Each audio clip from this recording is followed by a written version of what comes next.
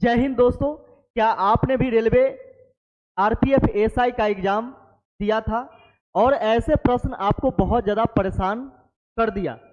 तो आइए हम लोग बहुत आसानी से इस प्रश्न को करेंगे और इसके बाद हम आपको थ्योरी भी बताने वाले हैं, जिसके द्वारा आने वाले किसी भी प्रतियोगी एग्जाम में अगर ऐसा प्रश्न आपको दिख जाए तो आप बिना सोचे विचारे आप मात्र 5 सेकेंड में न कहें तो कुछ सेकेंड में ही आप क्या करेंगे कि इसको सॉल्व कर पाएंगे। तो आइए यहां पे हम लोग देखते हैं कि आखिर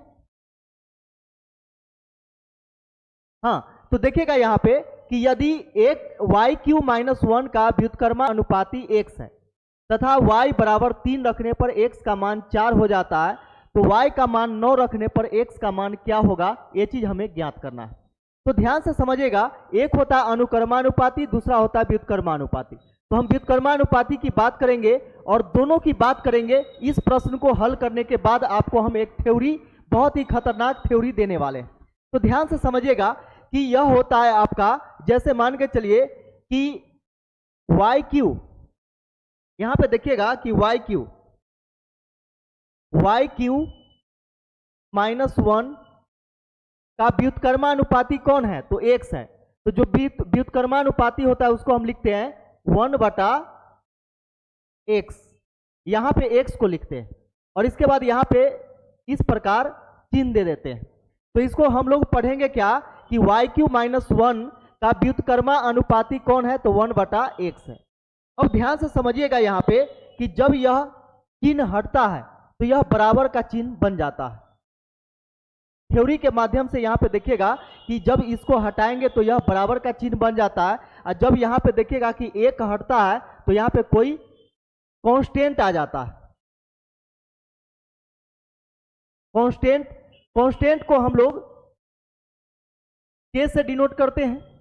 तो ध्यान से समझिएगा कि इसको हम लिख सकते हैं अब y³ -1 बराबर 1 के जगह क्या लिखेंगे, तो k लिखेंगे, अब बटा में x लिख देंगे। अब ध्यान से समझिएगा यहां पे कि बोला गया क्या, बोला गया कि y बराबर 3 रखने पर x का मान 4 हो जाता है। तो y के जगह क्या रखेंगे, तो 3 रखेंगे। तो यहाँ पे 3 रखेंगे तो 3 का क्यू अब -1 बराबर k अपने जगह रहेगा और x का वैल्यू क्या हो जाता है, तो 4 हो जाता है। तो x के जगह 4 रखेंगे, ठीक है। अब देखिएगा यहाँ पे कि 3 के क्यू 27 में से 1 घटेगा तो 26, और 26 गुना 4 हो जाएगा, क्योंकि उधर भाग में 4 है, इधर आएगा तो गुना में 4 हो जाएगा।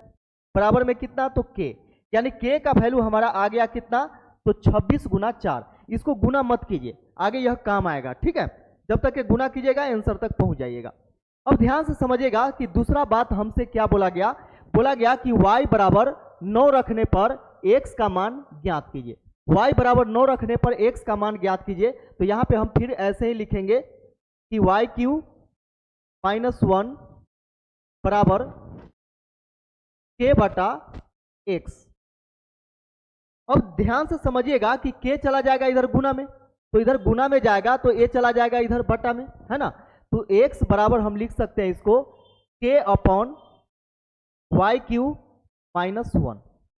अब x का वैल्यू हम लोगों से पूछा गया, तो यहाँ पे देखिए k का वैल्यू रखेंगे कितना, तो 26 गुना 4, अब बटा में y³। अब y का वैल्यू क्या है, तो 9 का क्यू कितना होता है, तो 729 होता है। 9 का क्यू कितना होता है, तो 729 होता है। तो 729 माइनस 1 करेंगे तो 728 हो जाएगा। आई बात समझ में। अब इसको काटिएगा तो देखिए यहाँ पे 4 से 4 कम 4, 4 8 32, 4 दूनी 8। क्या यह 26 से कट रहा है क्या, 13 से काटेंगे, 13 दूनी 26, 13 कम 13, 13 चौके 52, 2 से 2 कम 2, 2 सते 14। इसका आंसर क्या आ गया, तो 1/7 आ गया। यानी y बराबर 9 रखने पर x का मान क्या हो जाएगा, तो 1/7 हो जाएगा। और यहाँ देखिए 1/7 आपका क्या है, तो आंसर है। तो आगे हम लोग इतना नहीं करेंगे, आगे हम लोग क्या करेंगे कि कुछ इसको क्या करेंगे कि माइंड में ही कैलकुलेट करके आसान कर लेंगे, ठीक है। तो आइए हम थ्योरी बताते हैं आपको। थोड़ा सा थ्योरी भी जानना जरूरी है। अगर थ्योरी आप जान जाते हैं तो आपके लिए कोई चीज दिक्कत नहीं करेगा। तो यहाँ पे देखिएगा कि थ्योरी हमने पहले से ही लिख रखा है ताकि आपका समय का सदुपयोग हो। तो ध्यान से समझिएगा, यहाँ पे थ्योरी में है कि विचरण, विचरण के बारे में आप पढ़े होंगे 9th 10th क्लास में। वेरिएशन यानी विचरण का इंग्लिश होता है वेरिएशन।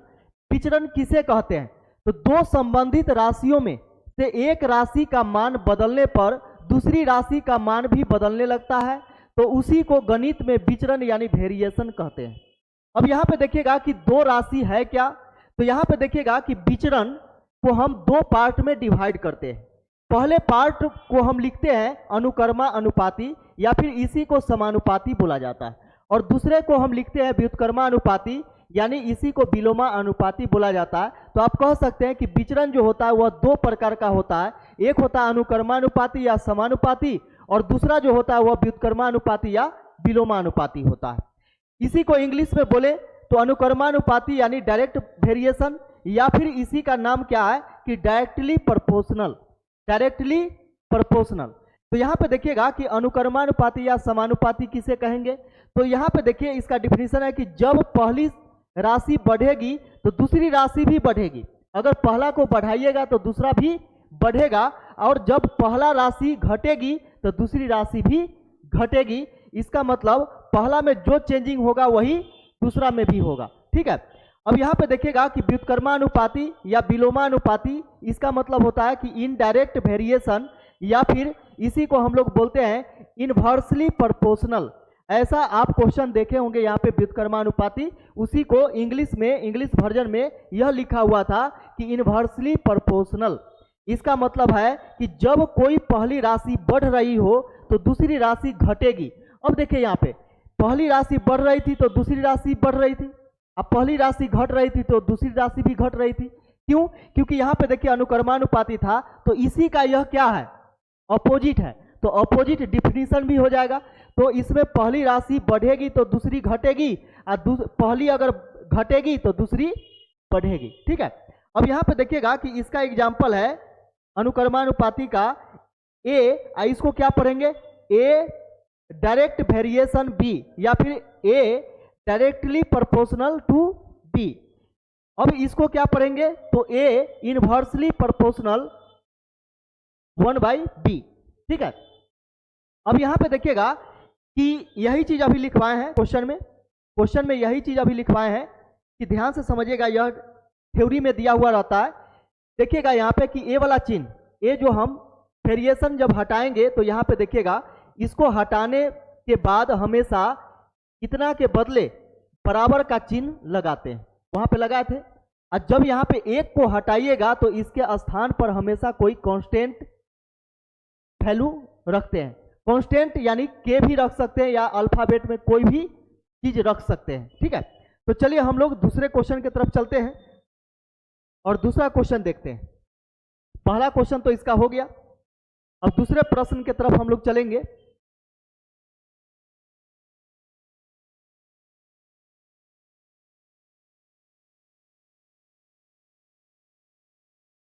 देखिए इसका दूसरा प्रश्न है, यदि y³ - 1 का व्युत्कर्मानुपाती x है तो y बराबर 3 रखने पर x का मान 8 हो जाता है, तो y का मान 6 रखने पर x का मान क्या होगा। तो यहां से हम लोग k निकालेंगे। तो यहाँ पे देखिए फॉर्मूला हमेशा ध्यान में रखिएगा कि y³ - 1 का व्युत्कर्मानुपाती कौन है, व्युत्कर्मानुपाती कौन है, तो x है, तो 1/x आपको लिखना है।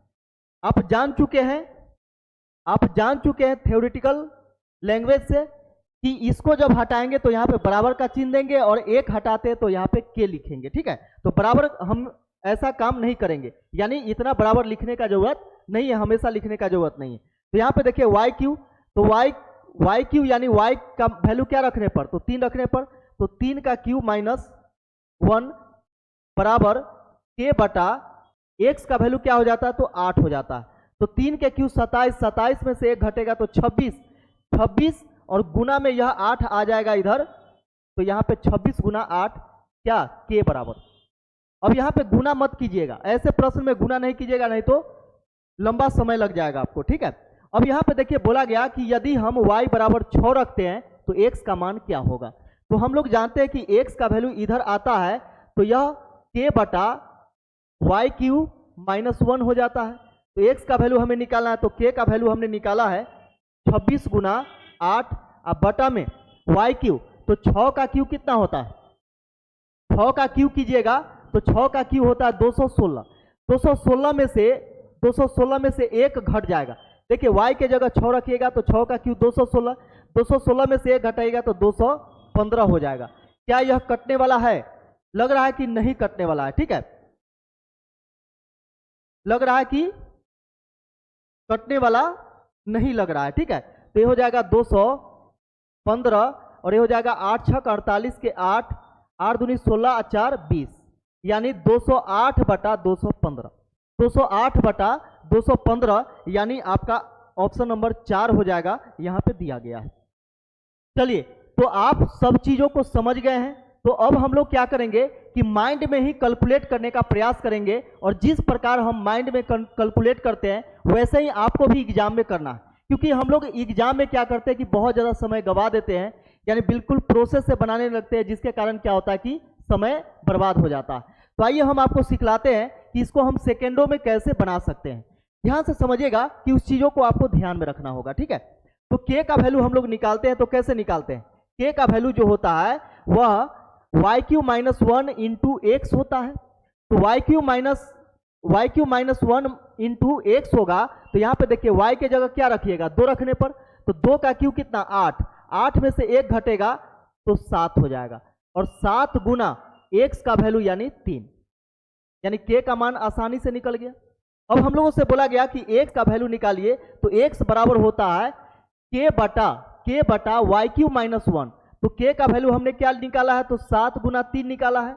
अब बटा में y³ - 1, तो y का वैल्यू क्या रखने पर, तो 4 रखने पर, तो 4 के क्यू कितना हो जाएगा 64, 64 में से 1 घटेगा, 4 के क्यू 64, 64 में से 1 घटाइएगा तो 63 हो जाएगा, 63 हो जाएगा। अब यहाँ पे देखिएगा कि इसको काटेंगे तो 7 से 7 नमा 63, 3 एकम 3, 3 तिहाई 9, यानी 1/3 आ गया, 1/3 आ गया, यानी ऑप्शन नंबर 2 हो गया। तो देखिए यहाँ पे कि कुछ काम माइंड में करने के बाद हम आसानी से क्या कर सकते हैं कि क्वेश्चन तक पहुंच सकते हैं। अब देखिए एकदम जल्दी जल्दी बनेगा, कितना जल्दी आप बना पाएंगे। देखिए, यदि y³ - 1 का व्युत्क्रमानुपाती x है तो y बराबर 4 रखने पर x का मान 3 हो जाता है, y का मान 6 रखेंगे तो x का मान क्या होगा। देखिए यहाँ पे कि यहाँ से हम क्या निकालते हैं, तो k का वैल्यू निकालते हैं। k का वैल्यू क्या होता है, y³ - 1 इंटू एक्स। ठीक है, तो y³ मतलब क्या, y के जगह 4 रखेंगे तो 4 का क्यू 64, 64 में से 1 घटेगा 63, और गुना x का वैल्यू कितना, तो 3, यानी 63 गुना 3 जो हो गया वह k का वैल्यू हो गया। अब देखिए x बराबर क्या हो जाएगा, x बराबर जो होता है k/y³ - 1 होता है। तो यहाँ पे देखिएगा k का वैल्यू हमने निकाला है 63 गुना 3, अब बटा में y³ - 1, तो y का वैल्यू क्या रखिएगा, तो 6 रखिएगा। 6 का क्यू क्या होता है, 6 का क्यू होता है 216, 216 में से 1 घटाइएगा तो 215 हो जाएगा, 215 हो जाएगा। ठीक है, अब इसको काटिएगा तो यह कट जाएगा 7 से 7 नमा 63, या कटेगा, नहीं कटेगा, हमें लग रहा है कि नहीं कटेगा यह। ठीक है, तो नहीं कटेगा, ऑप्शन देखने से लग रहा है कि नहीं कटेगा, तो गुना कर दीजिए, 3 तिहाई 9 और 6 18, 189 बटा 215, 189 बटा 215, 189 बटा 215, यानी ऑप्शन नंबर 1 हो जाएगा। ठीक है, चलिए अगले प्रश्न के तरफ चलते हैं। अगला प्रश्न के तरफ चलते हैं। तो देखिए यही चीज सेम है, सेम टाइप क्वेश्चन है। तो यहां से हम क्या निकालते हैं, तो k का वैल्यू जो होता है वह क्या होता है, तो यह होता है y³ - 1 इंटू एक्स। तो y का वैल्यू क्या है, तो 3 है, तो 3 का क्यू 27, 27 में से 1 घटाएंगे तो 26, 26 गुना x का वैल्यू क्या, तो 6, ये हो गया हमारा k का वैल्यू। ठीक है, इसके बाद देखिएगा कि हम निकालेंगे यहां से x का वैल्यू, तो x का वैल्यू होता है x बराबर k अपॉन, तो k हमारा क्या है 26 गुना 6 है। अब बटा में y³ - 1, तो y का वैल्यू क्या है 9, 9 के क्यू -1, 9 के क्यू जो होता है वह 729 होता है, 729 माइनस 1 यानी 728, 728। अब यहाँ पे इसको आप काट करके छोटा कर सकते हैं, छोटा कीजिएगा काट करके, तो 2 से काटिए, 2 तिहाई 6, 2 से यह कटेगा, 2 तिहाई 6, 2 छक 12, 2 चौके 8, 2 से यह कटेगा 13 बार में, ठीक है। और यह कट जाएगा 2 एकम 2, 2 अठे 16 और 2 दूनी 4, 13 से यह कट जाएगा क्या, 13 एकम 13, 13 चौके 52, फिर काटिएगा तो नहीं कटेगा, यानी 3/14 हो जाएगा। 3/14 आपका आंसर हो जाएगा, 3/14 यानी ऑप्शन नंबर 3 हो जाएगा। अगला क्वेश्चन देखिए, अगला क्वेश्चन है यदि इतना का व्युत्क्रमांक अनुपाती x है, बस सेम चीज है। हम यहां से क्या करते हैं तो k का वैल्यू निकालते हैं, k का वैल्यू हमारा हो जाएगा क्या, तो y³ - 1 इंटू एक्स, ठीक है। तो y³ - 1 इंटू एक्स हो जाएगा, तो y³ यानी y का वैल्यू क्या है 3, तो 3 का क्यू 27, 27 में से 1 घटेगा 26, 26 गुना x का वैल्यू क्या है तो 6 है, तो 26 गुना 6 हो गया हमारा k का वैल्यू। अब x का वैल्यू निकालना है, x बराबर क्या हो जाएगा, तो x बराबर जो होता है वह होता है k अपॉन y³ - 1, तो k अपॉन k का वैल्यू क्या है तो 26 गुना 6 है, अब बटा में y का मान 7 रखने पर, तो 7 का क्यू कितना 343, 343 में से 1 घटाएंगे तो 342 हो जाएगा। अब काटिए इसको, इसको जब काटेंगे तो 6 से कटेगा क्या, 6 चौके 24, 2 से काटिए, 2 तिहाई 6, 2 से काटेंगे तो 2 एकम 2, 2 सते 14, 2 एकम 2, 3 से यह कट जाएगा, 3 पचे 15, 3 सते 21, 57 बार में। अब यह नहीं कटेगा, यह नहीं कटेगा तो यह हो जाएगा आपका 26/57, 26/57, 26/57 यानी ऑप्शन नंबर 1 हो जाएगा, ठीक है।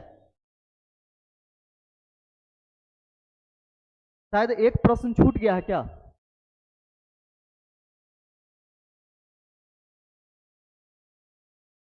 हाँ एक और था, चलिए तो सेम था, तो देखिए कितना जल्दी आप बना लिए। तो थ्योरेटिकल जानकारी जब तक के नहीं रहेगा क्वेश्चन को आप नहीं बना सकते हैं, क्योंकि अब जो क्वेश्चन पूछा जा रहा है किसी भी एग्जाम में वह देखिएगा कि आपसे खोजा जा रहा है कि आपका बेसिक कितना मजबूत, कितना आप थ्योरी जानते हैं। तो बिल्कुल बेसिक से क्वेश्चन उठा रहा है, और हम लोग क्या कर रहे हैं कि पोथी पढ़ रहे हैं। तो कैसे बोला जाता है कि पोथी पढ़ी पढ़ी जग मुआ, पंडित भया न कोय, 2.5 आखर प्रेम का, पढ़े सो पंडित होए। इसका मतलब है कि पोथी पढ़ते पढ़ते जग मुँह गया यानी मर गया, लेकिन पंडित कोई नहीं हो सका। जो 2.5 आखर प्रेम से पढ़ा यानी थोड़ा सा ही पढ़ा, लेकिन प्यार से पढ़ा, अच्छे से पढ़ा, कंसेप्ट को क्लियर करके पढ़ा, वही पंडित है, वही ज्ञानी। तो चलिए फिर हम लोग मिलते हैं नेक्स्ट वीडियो में, तब तक के लिए जय हिंद।